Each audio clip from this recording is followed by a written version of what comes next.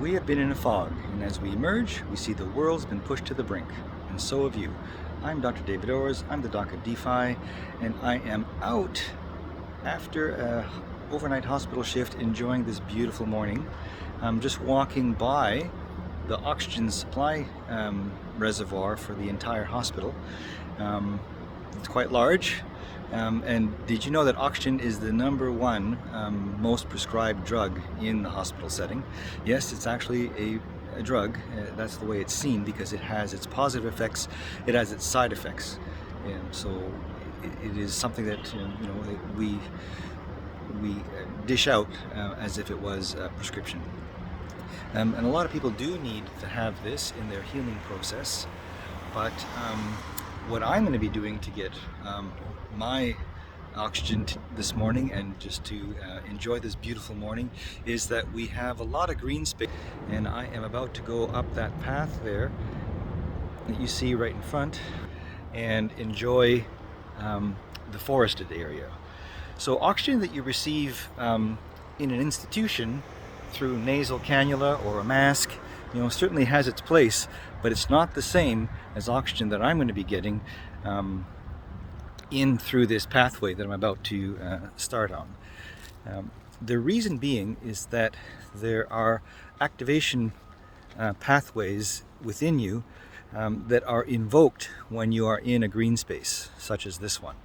And there's 600 to 800 unseen, difficult to track, difficult to measure activation pathways that occur within you, within the brain, within the lungs, that potentiate how your body receives all the good stuff that you have when you're in the good old fresh air. Also, the natural light. So did you know that the incidence of light, so whether it's coming in a sunrise or overhead or in a sunset, is just as important as the color of light that you receive? And you need an appropriate dose of light incidence, so it is beneficial to your health to have some light in a sunrise, and to have it in midday, and again to have it in a sunset. So if ever you're in a position to enjoy all three, that is actually something that you need as a prescription for health. The color of light is very important as well. Have you ever noticed that in the morning we have sort of the oranges, the yellows and oranges in the sunrise mostly. In the midday, so long as there's no cloud, you have blue. And at the end of day, generally speaking, you have sort of more orangey reds in most instances. Again, assuming that you have a clear sky.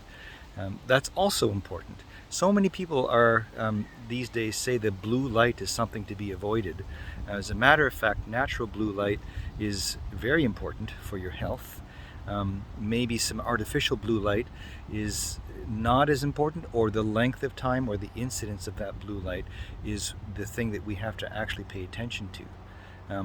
There are blue blocking glasses that people are proponents of, and I'm not saying that there isn't something with that notion. However, if you don't pay attention to the full spectrum of light, blocking blue only with a one-note pair of glasses can actually cause some damage to people. And some people have reported headaches getting worse or other symptoms getting worse, even though they're wearing these so-called blue blocking glasses religiously. And there is a lot of evidence that show that different filters around blue blocking is important to take advantage of the fact that there's this spectrum of light that's important from morning to midday to end of day. So same thing in here, in this forest walk that I'm about to go on. It is, we can have this filtered. There's going to be the leaves, the canopy of the trees. There's going to be the actual ions that are produced, the negative ions that are produced all around me due to the dampness and the soil. And then, of course, the actual air that we breathe. And some will say, well, yeah, but the oxygen concentration in the air you breathe is only about 21%, whereas in the hospital you can turn it right up to very close to 100%. That might be true but oxygen concentration is also not the biggest issue when it comes to health. Certainly in acute care settings, that might be important in the short run, but in the long run, it has much more to do with what's called the partial pressure of oxygen in the tissues themselves, in the periphery, far away from your lungs, where a lot of the oxygen exchange is occurring. The farther away you go into your body, the more important it is to have good oxygen take-up by those cells far away. And so it's known as a partial pressure of oxygen, not an oxygen saturation.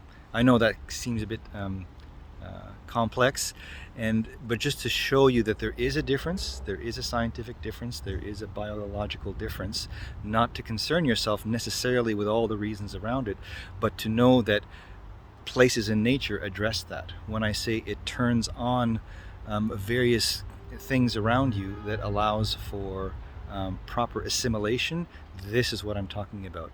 So although maybe the concentration is not like in the hospital around here, the way your tissues pick it up can be potentiated, and that's really the important part of all of this. So why am I mentioning all of this? It allows you to be at your top performance when you deliver oxygen properly to your system, particularly your brain.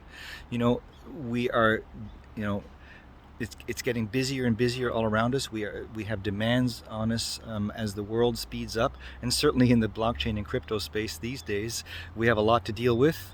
We have a lot to watch. We have a lot to consider on top of our regular lives and our regular commitments. So it's best to be at your highest performing and your most efficient. There's a lot of work to do, and they say that there's actually an equation for efficacious work. So productive work equals the amount of time you spend multiplied by the focus, the intensity of focus that you have. So it's an actual equation that's been developed. And so if you don't have a lot of time, then to get enough productive work, you have to have a higher intensity of focus. And that is where health and wealth collide, in my opinion. And that's the whole point of what I'm doing with my videos. And I do have things to address that in a separate program. However, I'm giving little hints, I'm giving little ideas of what you can do, very simple things that certainly get the ball rolling. So more and more, so much is being demanded of you. There are ways to take care of all of that, and it doesn't involve going to the hospital and getting into those places where they can give you that kind of oxygen, but certainly involves making sure that you activate your centers, get some fresh air, get into spaces that potentiate you being at your best. We'll catch you on the next video.